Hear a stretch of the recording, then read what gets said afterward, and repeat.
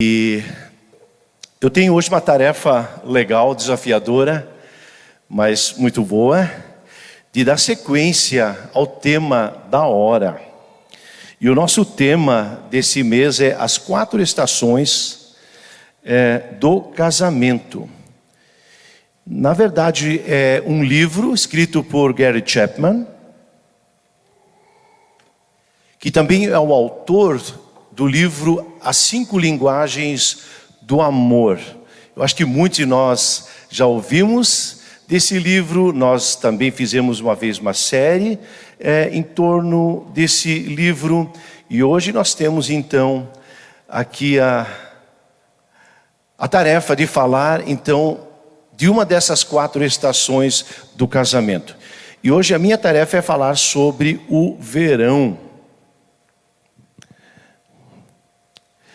Há 2 semanas atrás nós ouvimos sobre o inverno. A pergunta por que começar com o inverno? É simples, porque o autor ele é americano, hemisfério norte. O inverno é a primeira estação do ano para quem mora no hemisfério norte. Para nós é o verão. Então está aí uma explicação. Também é o seguinte, eu acho que também não ficaria legal se fosse para encerrar com o inverno, dizendo o final da vida realmente é um inverno muito frio, um distante do outro, e os dias são curtos, etc. Então eu acho que é uma questão bem técnica e bem prática. Mas também eu acho legal porque o início com o inverno, eu acho também que estimula um pouco a nossa criatividade, quando nós estamos falando que os filhos, quando têm lá seus 20, 25 anos, que ainda estão em casa, eu tenho a impressão que eles estão próximos para entrar numa primavera, que é o casamento, que é a romance, a paixão. E os filhos com 20 e 25 anos em casa, os filhos agora não podiam fechar os ouvidos. Mas para quem é pai, não é muito fácil. Mas agora os pais poderiam fechar os ouvidos. Vou falar para os filhos que têm 25 anos abaixo. Com 25 anos em casa, junto com os pais, é complicado. Não é verdade? Porque tem algo que acontece aqui. Isso é bem normal. O que acontece? Os filhos não são mais adolescentes, eles são jovens, se tornaram adultos.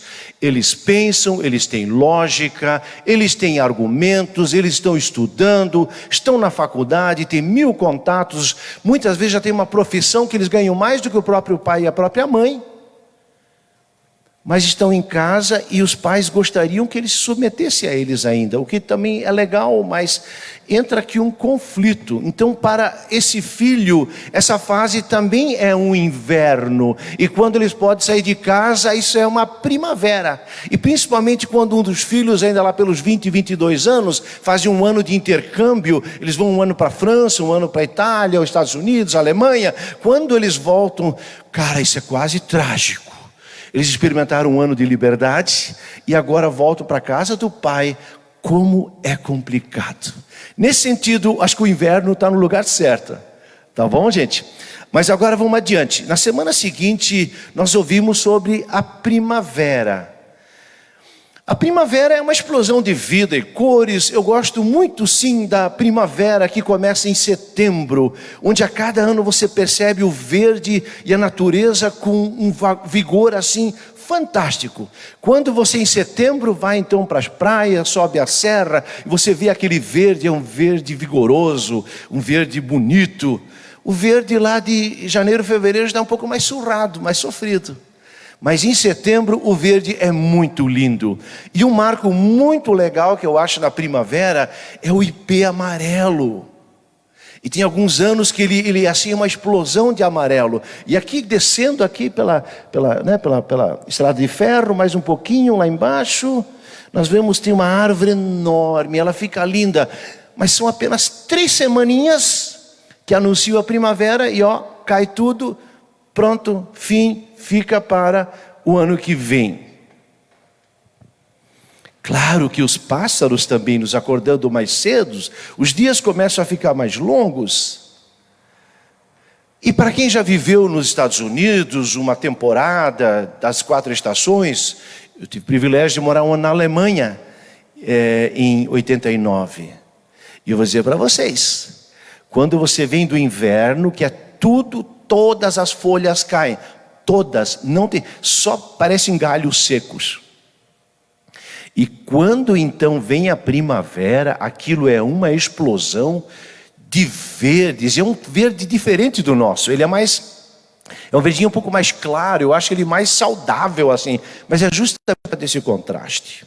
Então a primavera ela carrega isso dentro de si. É a época onde as pessoas, depois do frio, querem sair de suas casas, pegar sol, caminhar, pedalar, fazer esporte. Também as bicicletas que estavam na garagem, isso no hemisfério norte, né? As bicicletas que estavam o tempo todo na garagem, as motos, aquelas motos incríveis, começam a roncar agora na primavera, porque tem que aproveitar esse tempo. Aliás, eu sou um fã da meia estação, não quer nada, né? Não está muito quente nem muito frio. Eu gosto dessa meia estação, que é a primavera ou o outono. Mas hoje o assunto é verão. O que eu gosto no verão? Eu amo os longos dias. Logo de manhã o sol entrando pela janela me faz acordar mais fácil. É muito mais fácil acordar no verão do que no inverno.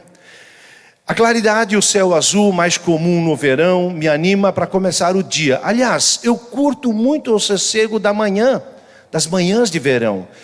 6 horas, pegar uma xicrinha de café, pegar minha Bíblia, olhar para o céu, eu tenho lá um cantinho que eu gosto, e ter meu tempo de falar com Deus e meditar na palavra, para mim é a melhor parte do dia. O frescor do dia, da natureza, das cores nas manhãs são muito convidativas. Verão tem um ritmo muito comum, as manhãs de verão normalmente o céu é azul, mas nas tardes as nuvens se acumulam para formar uma trovoada de verão. Eu amo o verão, pois é a época onde as cigarras irrompem com as suas cantigas, anunciando a chegada do calor. E na infância me dizia, quando as cigarras, em dezembro, elas cantavam, o que era? Era um sinal que o Natal estava próximo. Mas também as cigarras anunciam que as férias estão próximas, as férias escolares, e como as crianças, adolescentes e jovens também aguardam as férias, né? Como é bom que depois daquela sessão de provas, finalmente você agora pode estar de férias. A muvuca de final de ano, as luzes natalinas, nas ruas, praças, lojas, tudo nos levava para a melhor época do ano. Eu amo o verão, pois já na sexta-noite tem cheirinho de churrasco na vizinhança, no sábado também e no domingo também. Sempre tem alguém fazendo um churrasquinho, na verdade. E às vezes a gente brinca assim lá em casa, pronto, dessa vez os vizinhos estão sofrendo, porque é na nossa casa. Mas é um clima legal de verão. Enormes filas de carros em direção à praia. Ficar esparramado debaixo de um guarda-sol, tomando uma água de coco, um espetinho de camarão com queijo. Mexi pesado agora, não é verdade? Rapaz, como é bom. Caminhar no final da tarde pela praia, sentir o barulhinho das ondas do mar. E nós catarinenses somos abençoados. É verdade que também no verão tem o mosquito, os lagartos. As moscas são mais. As cobras também aparecem. As trovoadas, as enxurradas, vendavais e casas às vezes destelhadas. A roupa encharcada, o ventilador na cara, o ar-condicionado roncando no talo. Também a época de excesso de comida e bebida, do ócio, do tédio, das crianças perdendo a sua rotina. O opa e a oma estragando a educação das crianças, o dindo também, a dinda. Mas o resultado está aí. Também é época de corrigir então os excessos dos gastos. Aquilo que em dezembro nós gastamos e pagamos tudo em 3 vezes no cartão sem juro, começa a acontecer durante o verão e vai mostrando que o dinheiro precisa ser economizado. A época de final de verão nos lembra que a barriga aumentou, a celulite reapareceu, aquela calça ficou apertada e a camiseta ficou esticada. Exagerei? É por aí. Mas o que tem isso a ver com o casamento? Eu amo essa ideia do Gary Chapman, quando ele faz essa analogia agora de pegar estações para dentro do casamento. Ele nos quer lembrar que a primavera é o começo, a fase do romance, do encontro. E isso é tão bom, que a ciência diz que se isso durasse mais que 2 ou 3 anos, a fase da paixão, o organismo não suportaria. Porque quando a gente está apaixonado, a gente é capaz de dormir 3, 4 horas por noite e levantar no dia seguinte feliz da vida, porque é adrenalina, a endorfina, a serotonina na nossa mente, nos deixa muito faceiros. Tudo é legal, céuzinho estrelado sempre, não tem tempo ruim, é uma educação, uma paciência, um cuidado com a namorada, com o namorado, é tremenda simpatia. Isso é a época da paixão, e essa química do nosso organismo, liberada pelo próprio organismo, é a primavera, é bom demais, e para alguns ela dura mais, para outros menos, mas daí vem a outra fase que é o verão. E o que seria o verão conforme Gary Chapman? O verão seriam agora os dias longos, os dias produtivos, os dias que você pode aproveitar bem o tempo. É o tempo onde no hemisfério norte você faz a semeia, você colhe. É o tempo onde você pode trabalhar fora, organizar, pode construir. É o tempo da produtividade, é isso. O verão é o tempo da produtividade no casamento. Em termos materiais, em termos relacionais, é ser parceiro. E agora, é importante acreditar que o autor da vida permitiu as estações para dinamizar nossas vidas e nossos relacionamentos. Cada nova estação é uma oportunidade para renovação e crescimento. Quando eu li isso, eu pensei, Deus, obrigado.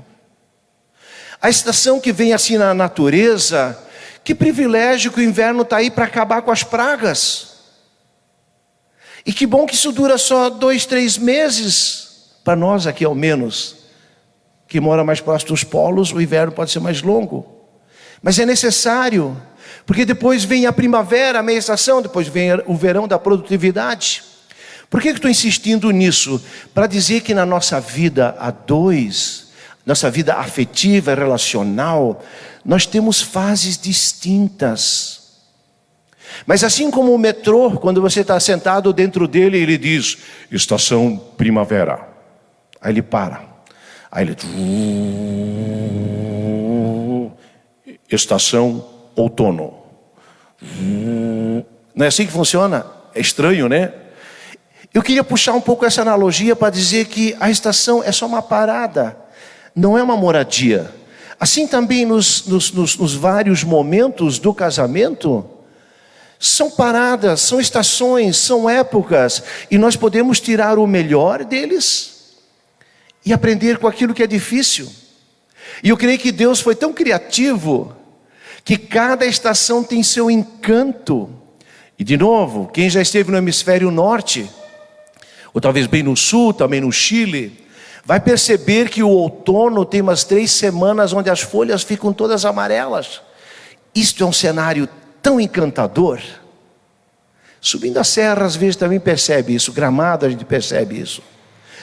Tudo tem seu canto, tudo tem seu lugar. Por isso também o seu casamento, eu queria dizer, eu não sei que momento que você está, primavera, verão, outono.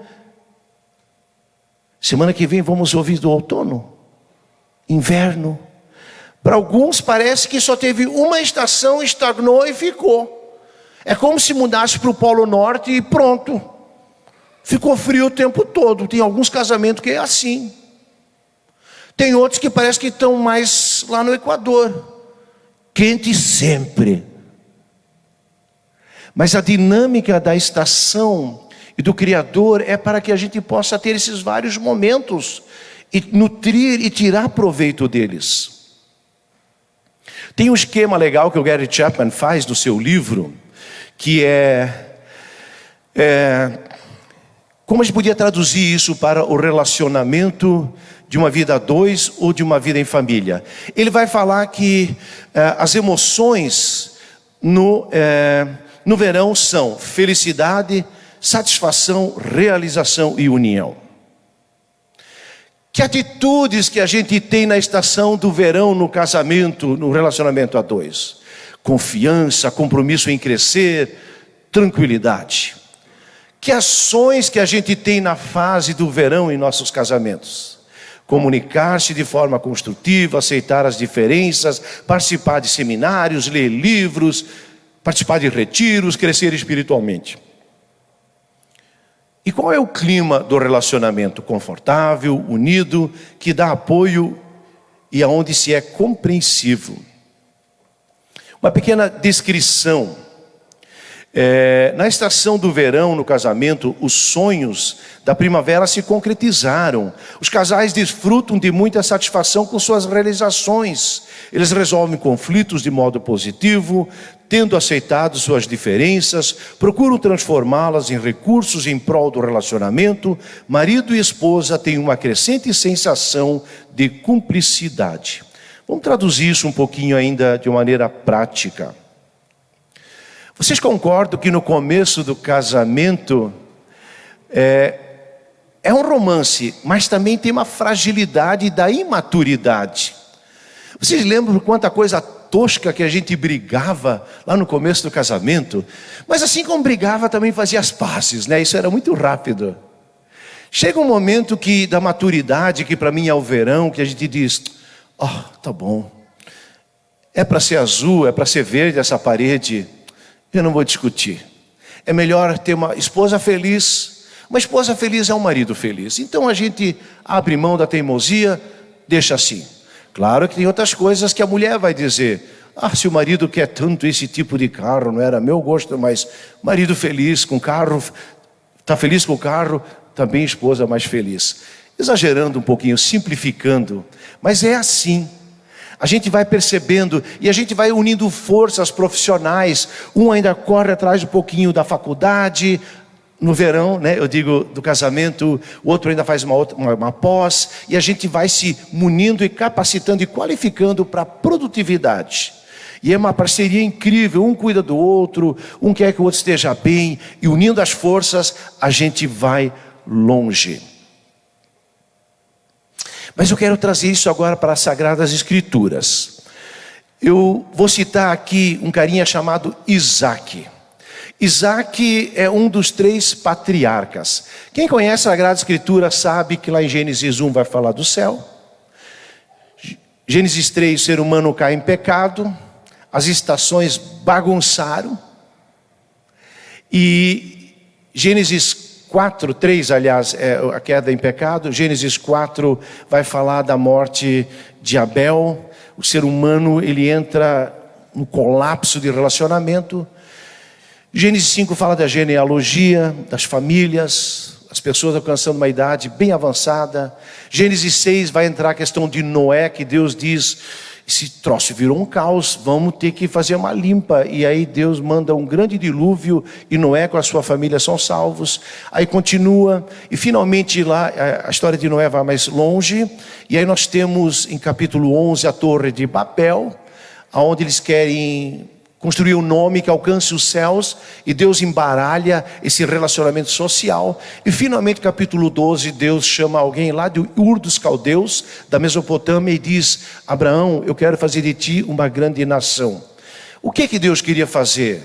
Ele queria dar uma terra dos cananeus, fazer uma grande nação, um povo de Israel, no qual nasceria depois o Filho de Deus, preparando o caminho para o Messias, que viria muitos séculos depois. E essa história dos patriarcas, interessante que geralmente quando Deus faz uma história, Ele chama pelo nome, mas Ele faz na coletividade. Deus chama Abraão, mas inclui Isaac e inclui Jacó como os 3 patriarcas. Abraão, Isaac e Jacó. Abraão foi um cara top, muito legal a história dele. Gênesis 12. Uma história, ele é chamado pai da fé. Agora no capítulo 24 entra a história do Isaac. Isaac, na minha leitura, era um pouquinho apagadinho. Até uma vez trabalharam os temas, né? Eu preciso citar isso, dos heróis, e deram um nome para os heróis, né? E aí chamaram o Isaac de mulher invisível, é isso? Mulher invisível, um herói invisível, quase não aparece. Eu achei isso interessante, o Isaac é apagadinho mesmo. Depois Jacó é todo hiperativo, apronta de monte. E quando tu lê essa história é muito interessante. Mas eu quero falar do Isaac justamente. Porque o Isaac foi chamado no capítulo 24, ele nasceu dentro de um contexto já. Aliás, o contexto do nascimento dele já foi uma história à parte. Abraão tinha 100 anos quando nasceu seu filho Isaac.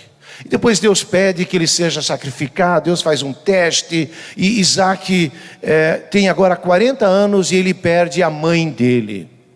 Dá para ver que no alemão diz ein Mama-Junge, era um filhinho da mamãe, tá? Tinha 40 anos na cara, ainda não tinha esposa, e a mãe morre. E subentende-se que ele sofreu muito com isso. Também ganha as coisas meio de mão beijada do pai, Abraão. E agora tem uma história muito interessante. Abraão chama o seu servo Eliezer e diz: Eliezer, vem cá, eu tenho uma tarefa para ti. Meu menino já tem 40 anos e Deus disse que ele é para ser meu filho, ele é para ter filhos, mas com 40 anos vamos ajudar o garoto aí a achar uma esposa. Mas também não quero pegar uma esposa aqui das mulheres cananeias que viviam realmente, se tu ler um pouquinho, era um povo que tinha muita perversão, muito pecado, uma cultura muito tóxica. Deus diz: Eliezer, vá para a Mesopotâmia, vai lá na minha parentela, de onde eu vim, vê se tu acha lá uma esposa lá para o meu menino. Eliezer era um servo fiel, preparou o jegue dele, 10 camelos, aliás, 10 camelos, e foi. Levou prata, levou ouro, e levou bastante presentes, para que ele pudesse, de alguma maneira, também cativar a moça, né? E a história acontece, ela é interessante. É uma verdadeira história de primavera. Quando ele chega mais perto da Mesopotâmia, ele faz uma oração: Senhor, eu te peço um sinal. Eu estou com meus camelos aqui, você sabe que camelo tem uma autonomia aí de alguns quilômetros sem água, né? E ele diz: meus camelos vão precisar beber. E quando eu chegar na fonte, quando se uma mulher me atender, e era também serviço das mulheres, dar água aos animais. Se a mulher que me atender, aliás, que estiver lá, eu pedir: moça, você me dá um golinho da água? Se ela me der a água e de carona também der água para os meus camelos, eu vou entender que isso é um sinal da tua presença. E eu vou entender que essa é a moça que eu devo insistir um pouquinho mais. Dito e frito, ele chegou na Mesopotâmia, os camelos sedentos. E quando ele está lá, ele vê uma moça lá tirando água do poço. Ele diz: moça, será que você poderia me dar um pouco de água? Estou sedento. Pega aqui, toma. Ela desceu o cântaro, serviu a Abraão e ela disse a frase fatídica: sim, eu posso dar água também aos seus camelos. Top! É isso, Deus, valeu, fechou. E ele pergunta: quem é você? Eu sou Rebeca. O nome já soou lindo. Rebeca, você vem da onde? Eu venho lá da vila. Da vila? Você é filha de quem? Filha de Betuel. O meu avô é o Naor e a minha avó é a Milca. Naor? Naor é o irmão do meu patrão Abraão. Uau, tá certo, é isso mesmo. Será que eu podia visitar eles? Claro. E Rebeca leva então Eliezer até lá. E aí já o irmão de Rebeca, que era Labão, que aparece mais na frente também na Bíblia mais uma vez, ele começou a se interessar, o protetor da irmã, e papo vai, papo vem. Essa altura, o Eliezer foi muito esperto, já deu um pingente e duas pulseiras de ouro para Rebeca. Aí pegou pesado, né? Mulheres, a coisa funciona assim, hein? Às vezes sim, né? Dá certo. Rapaziada, vamos lá. Pulseirinha de ouro faz a diferença. Não, deixa pra lá, eu vou ter problemas.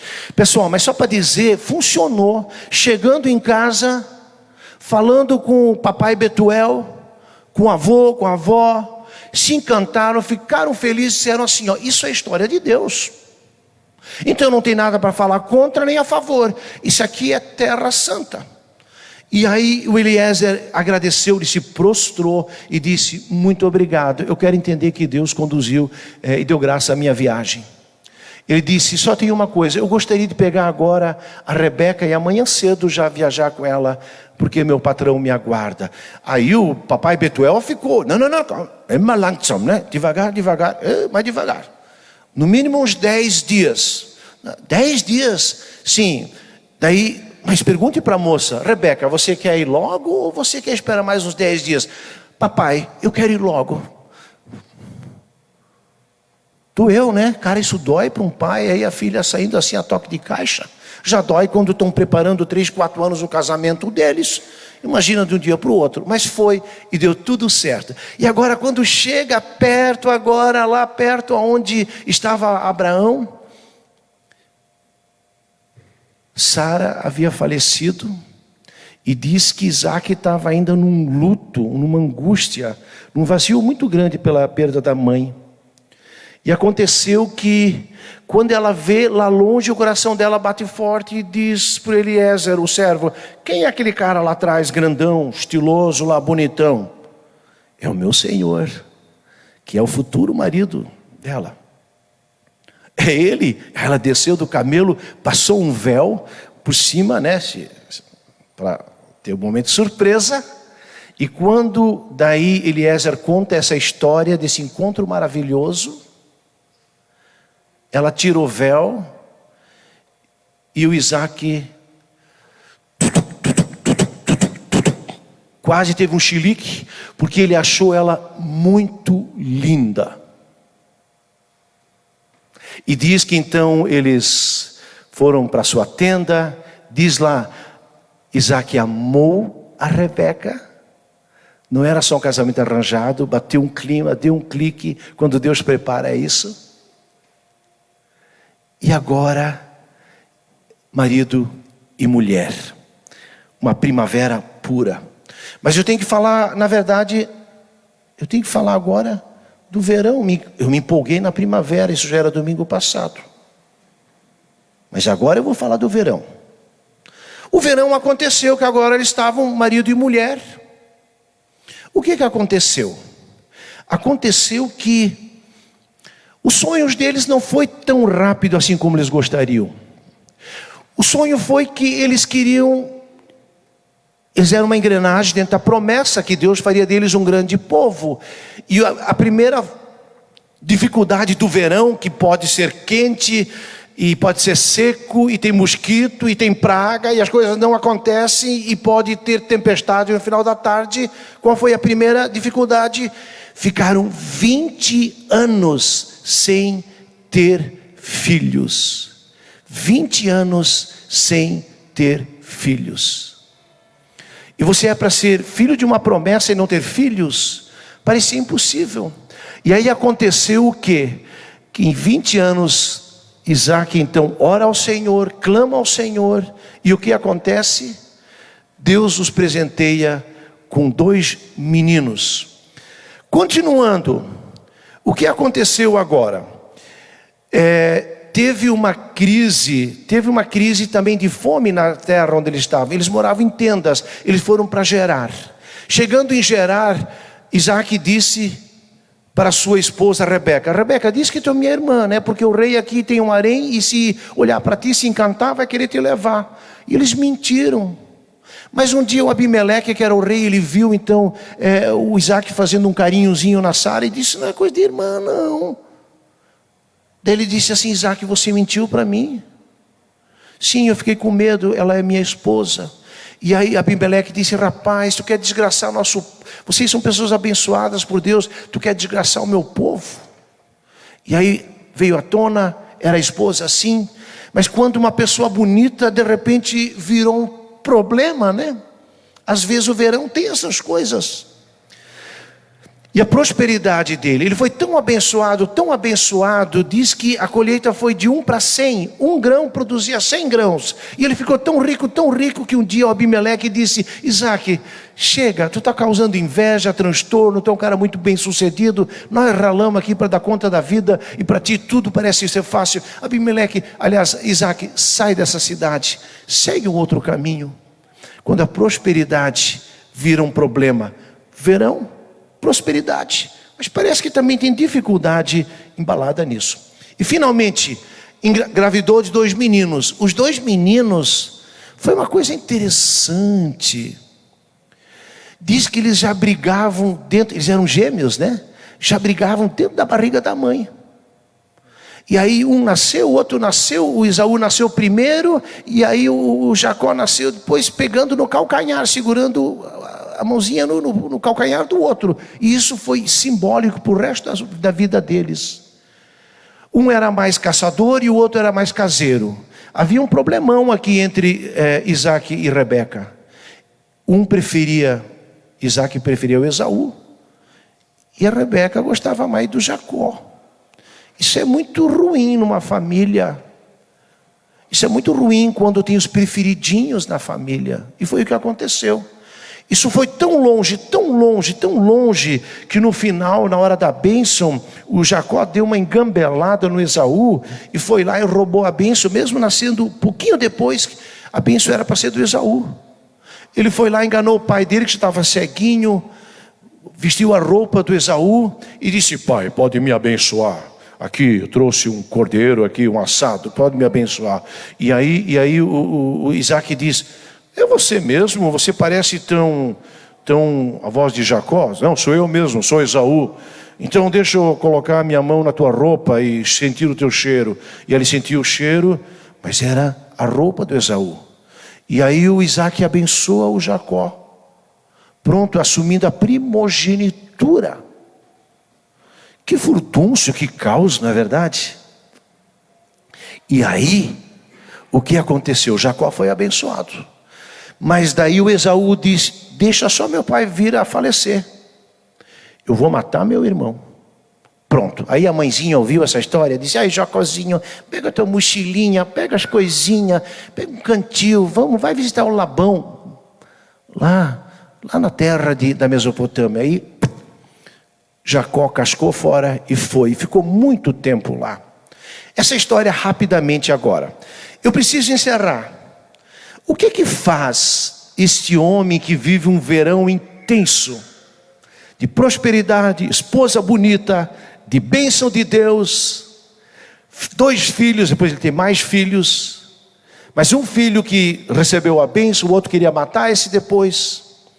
Um verão que trouxe produtividade, mas também trouxe mosquitos, trouxe as perebas típicas do verão, trouxe céu azul, mas trouxe tempestades. O que o Isaac agora teria no final ainda?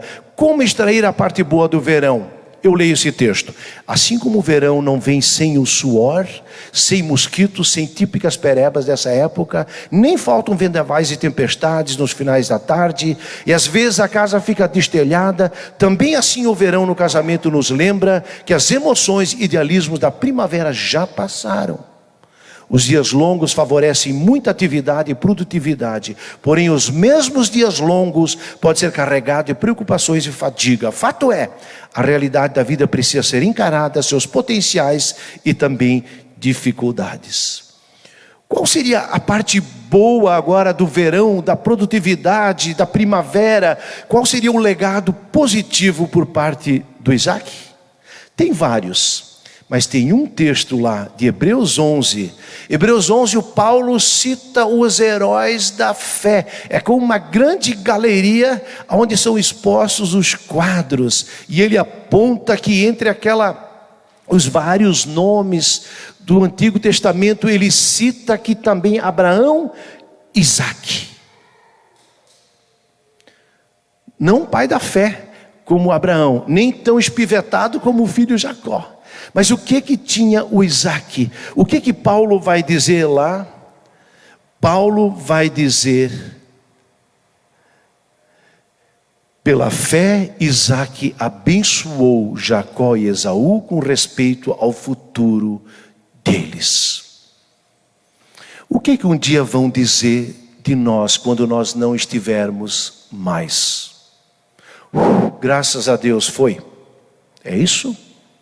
E tem gente que às vezes daria para dizer isso sim. Tem pessoas que passam uma vida toda sem deixar alguma coisa boa para a família ou para a sociedade, para o mundo. Por favor, não estou julgando ninguém, mas tem pessoas que tiram uma energia dos outros que é uma coisa incrível. Mas tem pessoas, Isaque foi alguém assim, ele abençoou seus filhos a respeito do futuro deles. Que coisa boa quando nós podemos falar isso do nosso pai, da nossa mãe, do avô, da avó. Eles foram peça importante para o meu futuro. Ame teu pai e tua mãe para que vás bem e vivas muito tempo sobre a terra. Essa bênção de pai e mãe. E quando filhos conseguem enxergar isso, isso tem uma força tremenda para o futuro, sobre o futuro de uma nova geração. Isaque era alguém sem muita expressão, meio invisível, mas cumpriu o seu papel. Abençoou Jacó e Esaú com respeito ao futuro deles. Que o nosso verão, nem sempre simples, às vezes quente e abafado, possa ser tempo de produtividade, de deixar bênção sobre nossos filhos, genro, nora, netos, netas, a respeito do futuro deles. Verão, uma estação maravilhosa, que tem suas dificuldades, suas mazelas e fadigas, mas é uma época de produtividade, de bênção sobre nós, nossa família e sobre nossos filhos. Deus abençoe. Amém.